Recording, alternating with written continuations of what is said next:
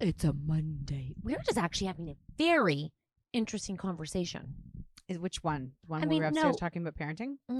I forgot that one already. No, I was saying about kids in extracurricular. Oh. Just when is the time to when are they not happy? When do you push it? When do you back off? When do you push them through it? When is the time to let them make the decision that yes, you can quit now? Because I know a lot of parents are like, you are not allowed to do this until you need to do an extracurricular. I feel like I know Parenting Monday, by the way. Yeah, and I've heard a lot of parents be like, they have to do one school sport a semester. Yeah, because also I'm, sometimes it's like I'm paying for this shit. I'm paying for the shit, or if it's a public school, it's like if you need to be active in the school, like it's important. And I've heard moms say that, and I agree. I wouldn't say I agree. I understand her perspective. I understand that for her. Yes. But I don't, and I've also never really been in a situation where I didn't have a kid who didn't do anything. Something? So it's hard to. I do. I can. But lots of clubs. I can guess what I would do, and I think. The thing is, they are mornings at 7 a.m. and they are after schools, and that is a big toll on some children when they have a heavy workload. I think I would be, like, my assumption of who I am would be, I don't care. In my little one's younger school, everything's during the day. Oh, so it's so tryouts are during the day. They make it kind of part of gym because they really want the girls to try different sports and feel part of the team, because sometimes they're just too shy or not confident enough to do it, and they just believe in trying sports in a younger year so they don't phase out early. That's a good idea. A huge difference than having to wake up at 7 a.m. to commit to something, because she's little, she's tired. Like, she's 9. Well, and she dances till 8:30 at night, and then to wake up at 6. Like, even she has the dance too. Yes, but even so, I think do they have teams before and after school at that age, or is it always during the day? It's during the day. And they go compete during the day too. So I guess when they get older is when it changes. Yeah, is it like grade 7? Mm-hmm. Mm-hmm. And it's the older kids that have to go before school. But it's a good way for them to try it out too, because sometimes kids say that they don't want to do things because they just don't want to do it. Oh my God, mine did. Confident. They're not confident. They don't think they can do it. But also some they're like, I don't like that, because they never tried it. Exactly. And in that way, I would be like, how do you know you don't like it if you didn't try it? But I don't think I could. I'm not in the market to be pushing kids to do things they don't want to do, because that is just gonna my problem. If you don't want to do it, then it's my problem. Then it's my problem. I don't want your problems. I do not want your problems. I was talking to the boys this morning about wearing helmets, not wearing helmets, and I was being really basic with them, like not the most. But wearing helmets like, for what? Like on bikes and scooters and stuff like that. And I was not being the most like sensitive, but just saying to them, if you don't wear a helmet, and by the way, they were not saying they weren't going to wear helmets. I just want you to know that. If they didn't wear a helmet, I would actually take their whatever they were on and sell it and be like, nope, not. Well, you can be 18 and then you can go do it. But because it's crazy, because I see so many people on scooters and bikes without helmets. But if something happens to you, it can be my forever problem. It is my forever problem, right? Like, if you are going to be in a wheelchair for the rest of forever, just even a freaking concussion, and you miss school, and then you're behind, and I don't even care about and that's why I get a say. Yes, Yes. Plus, I love you and all that shit. Yeah. Oh my God. Yeah. Forcing kids to do things they don't want to do would be hard. I know it happens a lot. We were just talking about one of our kids when they begin to phase out, like when they begin to not want to do things, or like they begin to complain. It's so hard, because I think that sometimes I hear a lot of people say, which is so shitty, and I don't know how we change this, guys. I don't know what we do, and I don't know if it's like this in America, but notoriously in grade 11 and 12, kids need to quit their sport because academics becomes too much. That's a problem. if kids are saying, I can't manage doing what I'm told to do my whole life and something I love because school is too much, what are we doing to them? Yeah. Because what's life? And I've heard this for years now. This is not even, and I'm talking straight A students. I am talking kids who and also did competitive sports and loved it, like field hockey and hockey, and they have to quit. Yeah. And you look at sports around the 16, 17, 18, and it is the teams shrink and shrink and shrink in girls and boys too, if it's like not at a very high level. I'm just thinking, I'm like, what are we doing to them? Because life isn't about just like just studying and getting grades. Like your life has to be more balanced than that. Well, also, plus, how are you gonna like do the thing that you love, but also like mental health, like and diversify what you do in a day. I just excuse my purple socks, okay? Well, it's matching you. I also think the way how you dealt with your daughter was Soccer. So like it was so good, like the way you did it. What did I do? Well, you know how she was. Okay, so okay. You left it up to her. Yeah, I did. Well, you have to. Well, I don't think so. I think some people would have forced her. Yeah, yes. People cry when they have to go to practices. True. I would never. I left it up to her, and then when she was ready to quit, I'm like, cool, you did whatever. Actually, and it was a long phase. You know what I mean? It was like she said she didn't want to, then you were like, fine, and then she wanted to. Practices, hates competition, hates games, like panic attacks with games. Not many teams just want you to practice and not do. Not really the point of a team. So she was a very big struggle. We'd miss a lot of games because she was just like, I hate this. Then she'd do a game like, I love soccer. I'm like, I cannot with you. Anyways, it was part anxiety, which was her having to work through that, which I really thought was important. And I thought, this is you having to work through your anxiety. And the other part is I have no ego. Affection. I don't care what my kids play or do or what level they're at. I don't care. Yeah. Like I don't need them to be better. If you want to be better, cool. I will help you. I will take you. I will do the things. Yeah. If you're going to say you want to be here, but you're doing this, I'm like, hey, you said you want this. Yeah.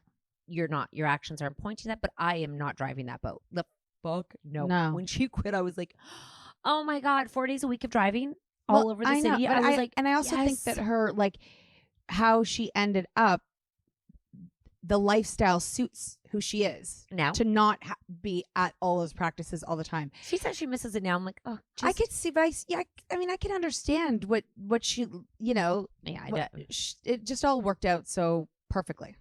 Yeah, it did. Each child's different. Some kids really think they want to be in something, like they're unsure of what they want because they want something that doesn't exist, but it could just be they're unhappy, if that makes sense. Like I think some kids, when you're younger, everything's simpler because life is simpler. So you go to dance, you go to hockey, you go to soccer, it's your friends and you.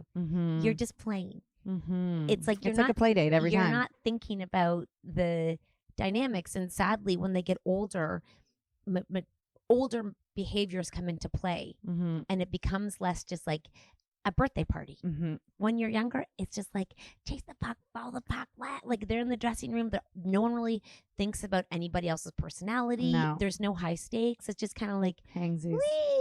I was watching. I told you this, but one of my kids, like their last practice, they just did like a fun game, and I was like, oh my gosh, imagine like hockey was just this fun. And that is when they're younger. A bunch of them actually were like, I don't like that.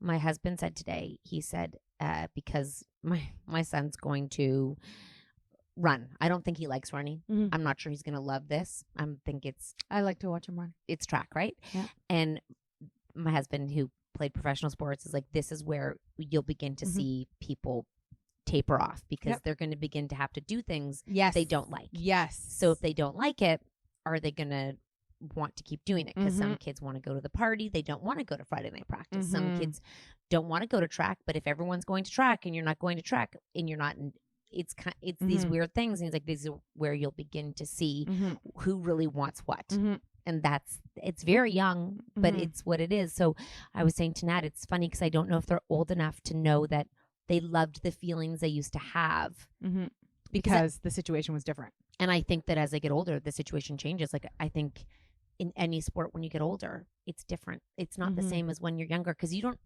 I mean, like when we used to go to competitions, they didn't really know that anything. They didn't. They weren't missing something. They just would go. They weren't missing school. They weren't having to prioritize. Like, Chloe's in a good stage right now where she's not missing something, and just being all together in a room and like running around without your parents is so fun. But then it begins that it's like us. Remember when I said about that guy on the email? I'm like, he's so excited for an email. It's like us when we used to get on a plane and be like, oh my god, it happens to everybody. I know.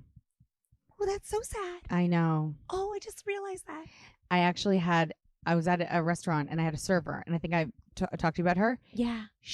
I don't know how old she was. We all kind of like thought it was different, but she says, I've been in the industry for a really long time as a server.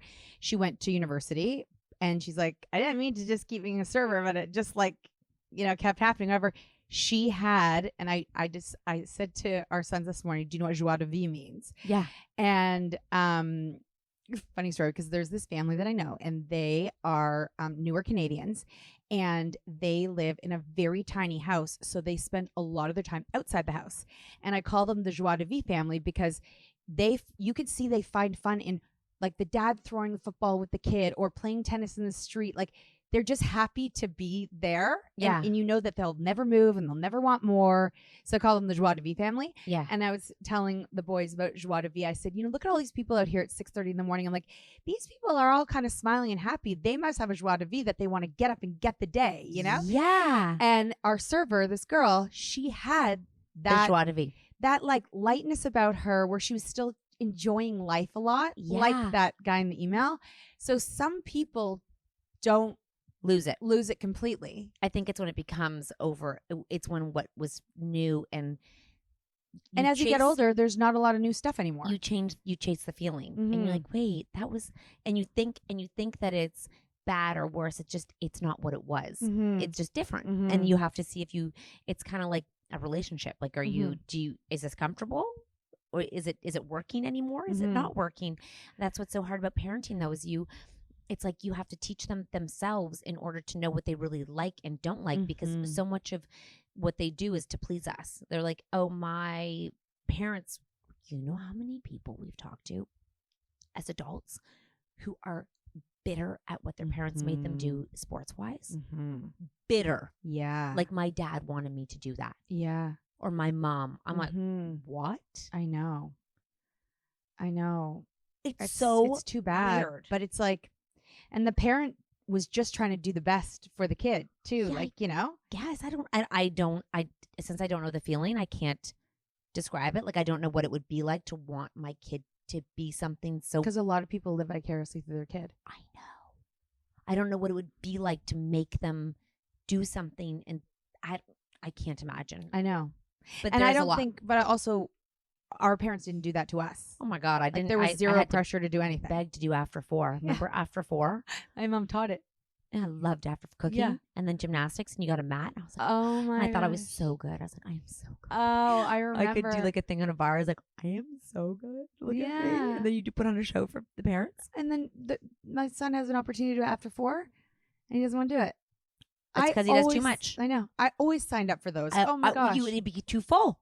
You would have to grab the spot. It would get full. My mom taught woodworking, and she actually taught after school French for people who wanted to learn French before grade 4. So I would always go to her after 4 classes. But cooking was the best. Oh, cooking was the best. Oh my God, I loved cooking. Oh God, I miss after 4. Oh, there was so many. There was one, and I actually was just talking to a woman that I reconnected with on Facebook, and her mom taught. It was makeup and skincare, and it was so controversial. It was gonna say it was so controversial at the time, and this woman was a single, like, successful woman, and she got us all, like, I remember the Clinique, because she taught us how to wash our face. Of course you did. Of course, yeah. And then the other thing she taught was, she was American, and the baton twirling. You did that. I know. And that mom was such a cool mom. She passed away a few years from cancer, and it was really sad because her daughter's single.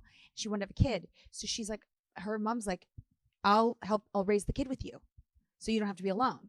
And the mom died. and she was such a legend in my mind. And she was the first person who, and she's dead. She's dead. And when I was at her house, I had to call my mom and ask because she was going to show us Dirty Dancing. She said, "Call your mom and see if you're allowed to watch Dirty Dancing." What'd your mom say? My mom said yes, and I watched it.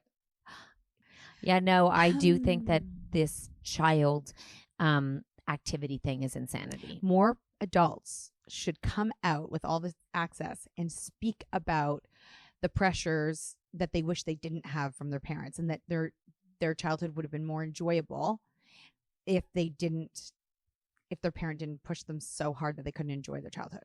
Like I'm trying to understand because I don't have the feeling, but let's just say your child is, I see it at every level too. Okay. So let's just say your child is also single some A. people, some people in academics. True. But let's just say you're like, you're in a sport. Quite frankly, dance can't really get you anywhere. Like you can get, if you're really, really good in America, I know it can probably get you to a whole bunch of places, but in Canada, there's not a lot of options. There's dance teams in university, but there's not. I know a girl who's a really, really, really good dancer. Yeah. And I was always like, well, what's going to happen? She went to university. She goes to like college in the Juilliard or States. whatever? Yeah. No. Oh. She just ended up just being on the like recreational dance team So, all those years. Because I don't know what jobs lead. There's not like a ton of dance jobs, right? Maybe like dance teacher and things, but there's not a plethora of dance jobs. So the pressure to do it, you wonder why. Do they need to be the best on their team? Like, what is it that parents feel? Oh. Because if you're not getting a scholarship, let's say, because I can imagine some parents really want their kids to get a scholarship, really want their kids to make it to the soccer league. Why would a parent put a pressure on a dancer to be the best? Or even like double A, single A, like what is it they're trying to get out of them? Because your husband has an ideology that I don't have, so I'm trying to understand. I think this is how they'll justify it, which could be true in some cases, and I don't know what the other truth would be. But why not in life push yourself to the best you can be, and then when you get there, like some people will cap out at the best they can be, but but they have to do a lot of work to get there. Like it's like the parents want to see them do the work to prove to themselves how good they can be at something. Do they want them to go higher, or they don't really care? They don't. I mean, maybe some do, but I think if I'm speaking from like what I hear from my husband, it's like, why not push yourself to show yourself how good you can get? And if the goodest you can get is house league, how do you know? That's fine. Showing that you're putting in the work. Like what? Tell me. Like showing that you're developing your body to be stronger and healthier. Okay. That would be a big one, I would say. And more effort in everything. Effort, like just proving the effort. Now, I don't see that same kind of care for academics from him. Interesting. But I would think it has to have been from his upbringing, that he watched what his body could do for him. And so he thinks that that's an important part of life. Huh. I never would have thought about it. And like the people getting mad in the stands.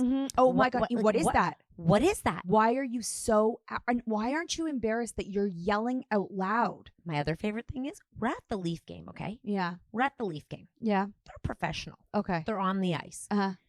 Why do people yell skate? They yell it to the kid. I'm like, I look around and I'm like, they're skating. What are you think they're? I am so confused when everyone yells skate.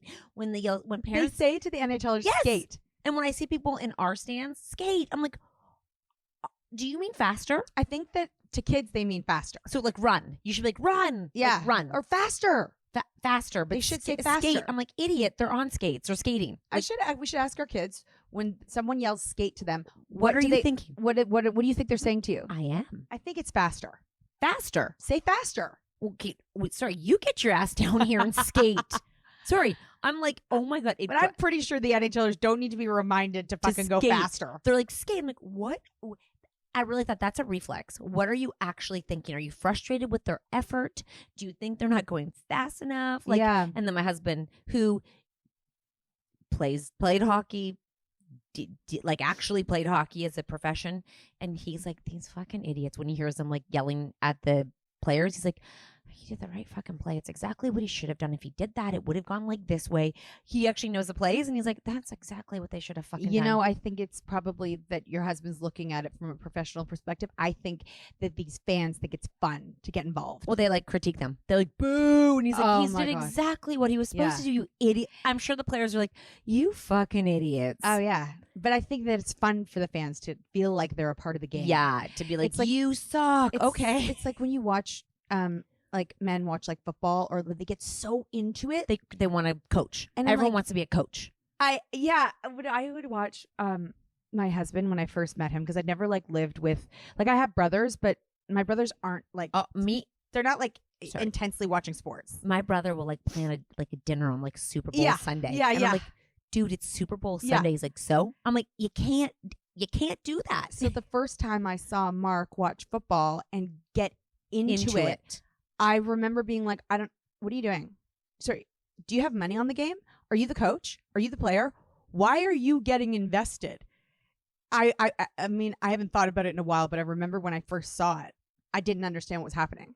I wonder if parents know they're doing it. I wonder if they've ever asked their kids, how do you feel when I'm yelling at you on the ice? Like, imagine they stopped and they're like, hey, what does it feel like when I yell? Because I'm sure they're embarrassed AF. I don't know if they all are. We have to ask. Because I don't think enough kids are saying to their, like, I know that a lot of kids wouldn't say anything, but, well, I mean, Teddy tells me I was never allowed to cheer at the games. Tucker and TJ don't mind, and TJ likes it. Right. But Teddy specifically told us no. But I don't know how many kids would have an open relationship to be like, because there's parents who get mad, like who actually get mad. Do you think the kids are embarrassed? I think sometimes. They get kicked out. Or do they think that my dad's a maniac? No, I think it depends on the kid. I think I have to ask Max what he would think. Yeah. Or I've heard his dad yell once or twice. Yeah. Like at the ref, mad at him. Yeah. Or her or whatever. I would, but Mark is very quiet. Like he would not make a noise. I don't think that, because he barely ever does, I don't think your son would be embarrassed. And I mean, at the end of the day, if you were actually a professional, you have the right to like know the difference between right and wrong. It's sort of like how my son doesn't prefer my husband to talk about hockey, but he doesn't mind if he speaks about baseball because he played baseball. Right. You know what I have to yell? You can guess what I have to yell. It's like he's a dog. Guess what I have to? No. Leave it. Because I can see, because you don't want them to get kicked out of the game. Yeah. Just don't get kicked out of the game because you're amped up right now, right? Mm-hmm. Like just leave it. Walk away. Like this is not worth it because they're trying to poke you. Leave it. I am very curious. You're right about what those parents are doing. Yeah. When they're mad and they're yelling. Skate. But what are they doing? I also hear no. Like when they make a play, I'm like, oh, sorry, what are we doing right now? Do you think they think that their kids can hear them? I think it's a reaction. Like it's like they can't hold it. But then if they do it really big and bad one day, aren't they embarrassed the next time to not do it again, especially if they like get kicked out or something? Youth sports is something that is a secret world that no one talks about, where parents wish ill on other children so their child can do better, where parents secretly do things even to their friends, like example, go on secret practices or like do things and it's like a whole thing where it's like, well, don't tell this person. The whole thing is so weird to me because I'm not competitive. You know what? We should get a really intense parent, and I don't think they'd say. I'd like to hear without embarrassing them or making them feel bad. Anonymous. We'll put like a disguise on them. And we want them to be just totally honest about. Oh, there's one who like gets kicked out all the time and is really aggressive, like climbs the wall and all that. I'd love to hear what's happening for you. And is he mad at his child or is he mad at the game? Right. I think some people are mad at the child. Yes. No, me too. Because they won't yell skate to all the players, just to their player when their player's on. But I think sometimes they're mad at the game. And a lot of them yell at the refs. Yeah, that's very true. They call them stripes. The parents call the refs stripes. Yeah, no, I wonder if we had like a conversation with kids in general about what. Do you like when your parents yell? Do you wish that they didn't? Are you embarrassed? Do you not care? As like an average. I don't. Some of them would know no different because their parents have done it the entire time. So I was just watching a YouTube video of Mitch Marner when he was young, and it was a whole segment on his dad. Mitch Marner is like a famous hockey player in Toronto. Yeah. Yeah. And they were doing a really long news segment, and it's on YouTube, and you watch that dad, and you know that dad. And it was before people had phones, and he would video everything. And then go back and watch it. And he would say, I would spend, like he said, all the hours he spent watching the tapes with him and going to the games, and he would yell all the time, and he wasn't embarrassed. And I don't think he's still, to this day, embarrassed about it at all. Embarrassed that he did it. I don't think so either. But he also, it's tricky because a lot of them were like him. His son went to the NHL, so he's probably thinking that's in part because of what I did. Yep. Same like Tiger Woods' dad.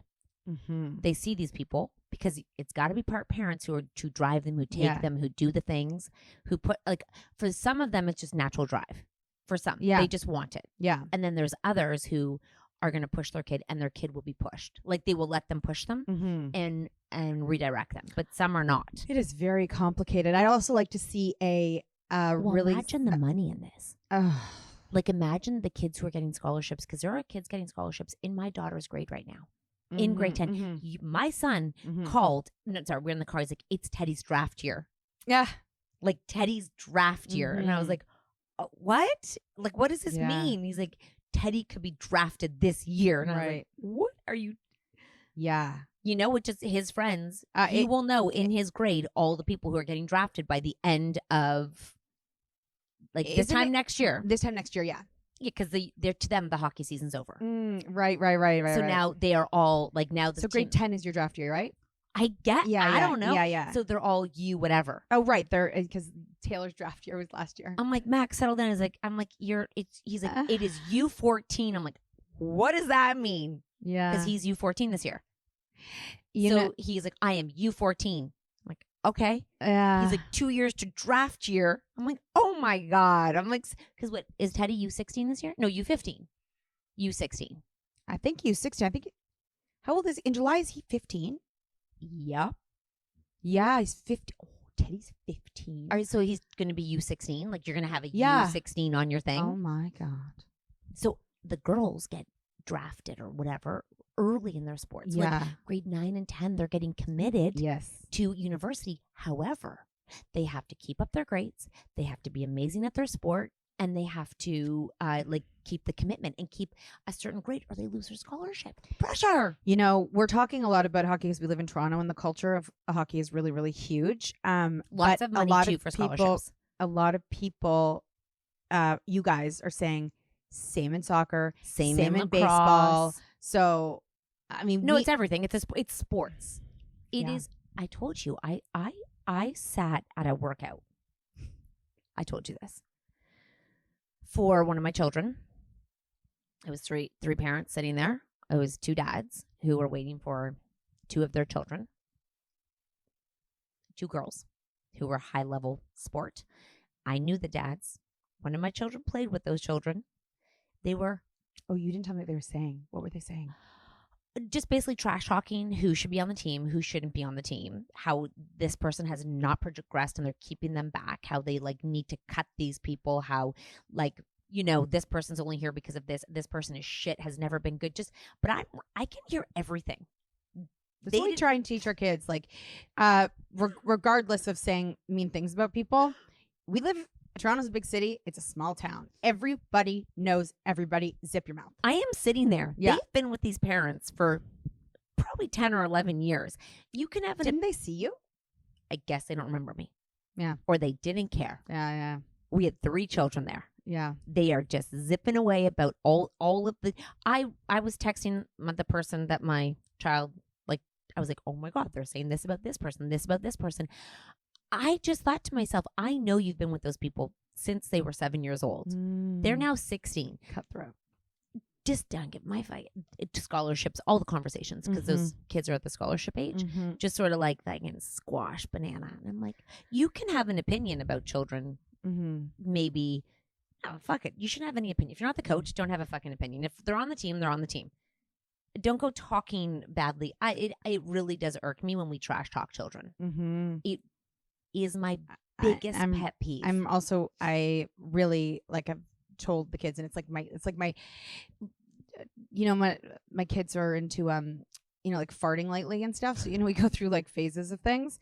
But my phase is I cannot hear you say that they suck, that kid's dust. Like, stop. No, like, first of all, who are you to say? Exactly. And also, when you're saying someone is dust and they're at like a high level, there's no way they got there if they're dust. I know. Max is like, Nashville sucks. Yeah. Like, and they say but it's his favorite team. I'm like, okay. Oh, yeah. And an NHL player sucks. Why don't we try another word? Maybe they're having a hard game. Maybe they're struggling, but they are the best of the best. Yeah. No, I hate when we put down other children or like other teams. I'm like, oh, and my favorite is when they're like, oh, that team sucks. And then that team beats them. I'm like, because everything changes every day. Like no one sucks because everyone's different every day. Yeah. Everyone, don't ever say that. I hate it. That's a big. I know, me too. That's my trend right now is I can't like I don't. I've eased up like some of them. They just fart like crazy. Fart like crazy. Actually, there's a lot of swearing going on. I don't really like it, but really my thing right now is that. Oh my God, it's funny how we all get things. Yeah. Because my thing is misogyny. Ah, right. Any toxic, male, egotistical comments. Okay.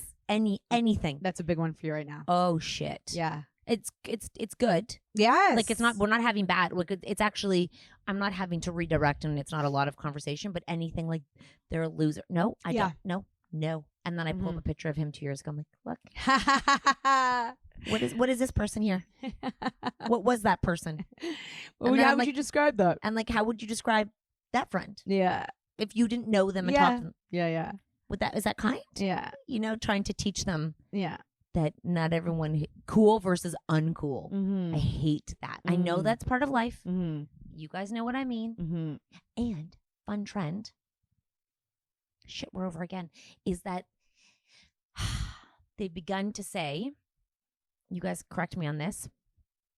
Cool. There's cool people. There's cool kids, baddies who are popular but not cool, but cool but not. It's like not someone they want to be. Do you know what I'm saying? And like baddies do naughty things, don't they? Baddies do naughty things, like drink, vape, like the traditional teen hook behavior. Up a lot. Baddies, baddies, cool. Yeah, like kind of just there, like just fine, like nothing. What are those ones called? Like the in between? They're just sort of like, everybody. What do they call them? Gets along with everybody. Like just knows by everybody. Just friends with everybody. Yeah. Just one of those. But as teens, as parents who are parenting teens, again, their social circles have totally changed. And we were talking this weekend. I was at dinner and I was with actually one of your family friends who we're friends with now. And she was saying how when she went to school, because she went to private school, they would get in groups every weekend, never failed. It was group friends. So they would get together with the groups of friends and it was boys and girls. And there was a group of them. She's like, I don't see that as much anymore. I'm like, it's not really, they're not really doing friend groups like they used to, where it was universal. Yeah. There'd be like 20 of us would all get together in a friend group. Yeah. It's kind of gone. Yeah, they had that one in particular, they had a really great group. And she's like, it was not we were dating. It's like everyone was just friends. Wow. I was like, yeah, I know. It's kind of crazy that this is changing. Because if we think of all of our friends, friend groups aren't in the picture. That was universally cool. They're friend groups. So now there's tiny groups who go do things, but the friend groups usually go party and they're usually baddies. The other group kind of they hang out at school. It's weird how things change. I don't know what America's like right now, but I'm assuming the friend groups are sort of probably on trend with everything we see here. I can't imagine that it's much different. Yeah. Agree? Yeah. I mean, in my experience, that's what I see. No massive like groups. Not that I see. It was so much fun. It was a good time. So much fun. Y'all are missing out. Yeah. Anyways, leave us a comment. It's Monday. Oh, that's your parenting roundup. When the fuck do you let your kids quit teen sports? And we would say when they ask to quit it.